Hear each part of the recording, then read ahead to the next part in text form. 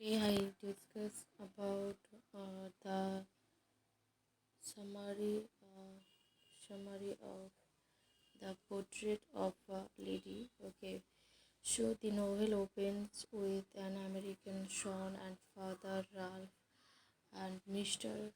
Uh, Dorset and one Englishman Lord Ward Burton sitting in a garden belonging to a manor called Garden Court in England. They discuss the great hope of the future and they believe it lies in the women of their time. They declare that a change is coming. Isabel Archer, the main subject of the novel, then appears on the horizon. Her aunt Mrs. Dorset has bought her from America so that she can see the world. Isabel Archer is a young, opinionated woman uh, who may ideas of her own but little concrete experience of or practical knowledge. She is untouched, ambitious, and wants to assert her own unique self in life. It is unclear though what she can do in life that could help her realize her ambition. The novel is representation of the ambitions of a young woman and her dismal prospect for realizing her own ideas in a restricted conventional society. Marriage was often the only possibility for a woman to assert her success in society. It is also an exploration of the possibilities of freedom. Can one or really be a unique, original, and free self without having to rely upon the generosity of others? Can one assert one's own freedom in any other way there than negatively by rejecting other people? What does it mean to be an original? What does it mean to be free? How much does one have to take into account the moral claims of other people on one's own person?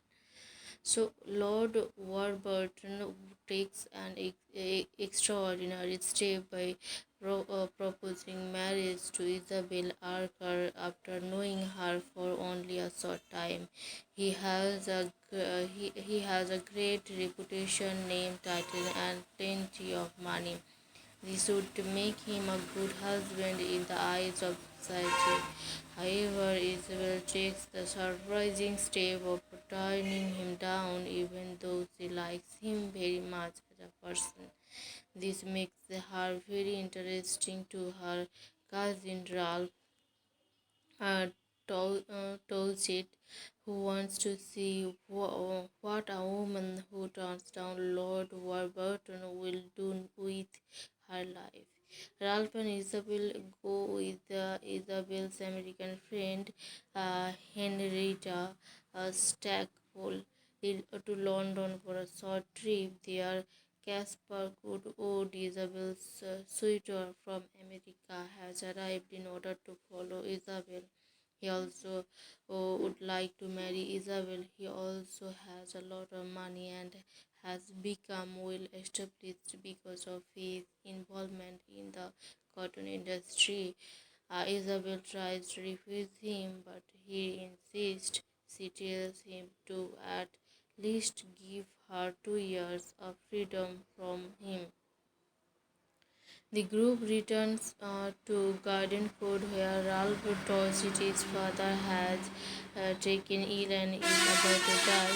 There Isabel meets Madame Merely, a friend of Mrs. Dorset. So Madame Merely is a very graceful and talented socialite. Isabel is impressed with her. Meanwhile, Ralph Dorset who has consumption and accepts to die young, tells her father that he does not need all the money his father would leave him in his Instead, Ralph insists that his father give half of money to Isabel and Anchor upon his death. Ralph tells his father he would like to see what Isabel will do when she is granted the material wealth that will allow her to enact her ideas. Upon Mr. Todgett's death, Mrs. Todgett, Isabel, Ralph, and Madame merely go to Florence, Italy, where Mrs. Todgett has her own house. Madame Marley introduced Isabel to her friend Gilbert Osmond, an American collector who resides in Florence. He is distinguished by his impeccable taste in art and other commodities. Gilbert Osmond also has a daughter named Pansy. Madame Merrily has a plan to get Isabel to marry Gilbert Osmond. Isabel is surprisingly timid in Osmond's presence and is afraid of saying the wrong thing in his presence. Isabel travels around Europe for half a year and then goes to Greece and the Asia Minor for another half with Madame Merle. She ends her journey in Rome where Gilbert Osmond comes to visit her. They become engaged in Rome. Isabel then informs her social acquaintances, beginning with Caspar Goodwood, of her intention to marry Gilbert Osmond. None of them approve. Isabel feels that her act of marrying Gilbert Osmond isolated her from her friends. Several years later, Isabel finds herself in a loveless marriage. She gives all the appearance to others of being happy, hosting Thursday evening social gatherings and representing Gilbert Osmond to the world. But she feels that her husband detests her. He has been unable to change her, to mold her into his image. However, they do not ever articulate their dislike for each other. They lived civilly but coolly. Isabel realizes that Osmond is really very solid and cares too much about what other people think. He thinks to show his superiority to the world by pretending to reject its value in favor of his own ideas, but this is just so because he deeply cares about his own image. When Gilbert Osmond's daughter Pansy comes of age to be an impetuous young man named Edward Roser pursues her. He asks for assistance from Madame Merle and Isabel. However, Gilbert Osmond believes that Mr. Roser is neither rich enough for his daughter nor well respected enough. Gilbert Osmond and Madame Merle would like Isabel to help them marry Pansy to Lord Warburton. They want Isabel to use Lord Warburton's devotion to Isabel to accomplish this. Isabel ultimately does not want to bring this about, making Osmond believe that she has secretly defied him. Meanwhile, Ralph has taken a turn for the worse. He visits in Rome for a while, and Osmond is displeased that Isabel spends a lot of time with him. Ralph then returns to his home in Gardencourt, where he plans to take his final resting place. Isabel's friends come to Rome to observe whether or not she is really happy in this marriage, of which they all disapprove. Isabel begins to suspect from Madame Marley's overzealous interest in Fancy's marriage that Madame Marley has meddled in her affairs. She then learns from Osman's sister that Madame Marley is in fact Fancy's mother, and that Osman and Madame Marley once had an uh, extramarital affairs with each other. Isabel is shocked and horrified to realize that Merrily has actually manipulated her into marrying Osman, and that Osman has married her for her husband.